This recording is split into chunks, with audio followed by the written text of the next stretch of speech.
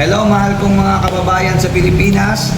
Nandito po si Nanay Narcisa Lofranco. Narcisa Lofranco. Kung sino man po ang nakakakilala kay Nanay, nandito po siya sa Barangay 35, Maypao, Caloocan City. I-waste nyo lang po, makikita nyo na po kagad yung Barangay 35, Caloocan City, Maypao. Si Nanay Narcisa Lofranco, kanina pa po siyang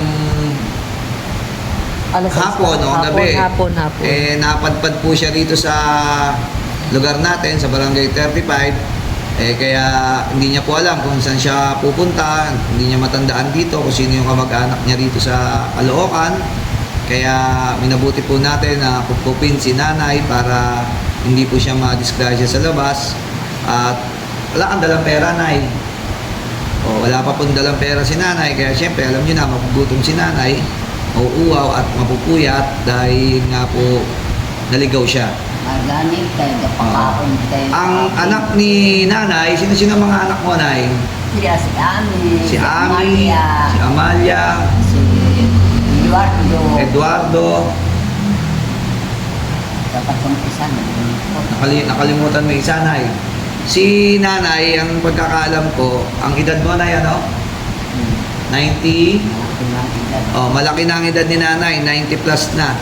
Kaya mga kababayan, dito sa sino man po nanonood sa inyo, sana i-share nyo po yung ating video nang makita ng mga kamag-anak ni Nanay na makita siya dito sa Barangay 35, Caloocan City.